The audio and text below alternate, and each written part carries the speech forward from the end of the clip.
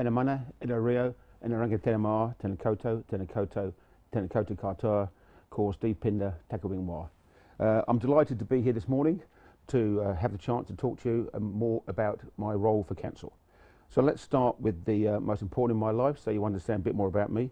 That's my wife Colleen. She's from Tūharangi, Ngāti Wāhia, born and raised here on Cider Street, and we're blessed to have two children, Zachary Tamanaki, our eldest son, and Darcy Romary, our daughter.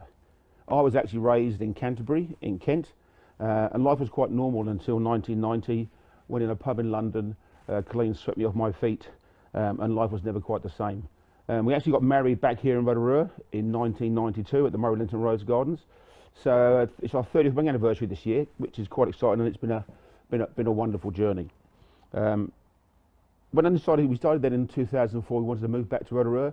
We thought it was a better place to bring up our children and raise them, and that's proved to be the case. So we've actually been living here in Rotorua since 2004.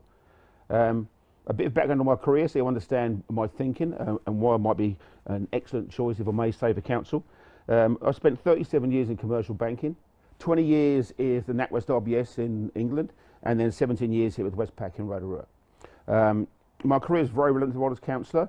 I have a strong understanding of balance sheets, how a business runs, the levers you need to pull to make it successful. And in terms of my corporate finance background and my regional balance sheet when I was looking after the north of Ireland, I'm used to dealing with numbers in the hundreds of millions. So the scale of the numbers in the council is not something that daunts me. I've also been very fortunate to manage and lead my teams both here in the UK and NZ, some of them remotely, but always successfully. And I think the key with leading is communication, setting the context, clarifying what's needed, seeing you sort out what the barriers are to success, and then celebrating that success, okay? But also showing them all the time that you care about them. And I think that's important. And again, that will be needed and successful as a councillor. Largely in regard to my desire to run for council, a large corporate like a bank is riddled with loads of departments and loads of regulations. And it's really important you can communicate your ideas at different levels. So the ability to work collaboratively with people to agree with a solution is going to be key. And with 11 people on council, you need to be able to work with people collectively and collaboratively to get to a agreed solution. And I think again, that's something where I will be a strength. Obviously I'm biased, but I believe all those things are true. Now on to the Arawa 2050 vision. I did like the our vision carries our past into our future.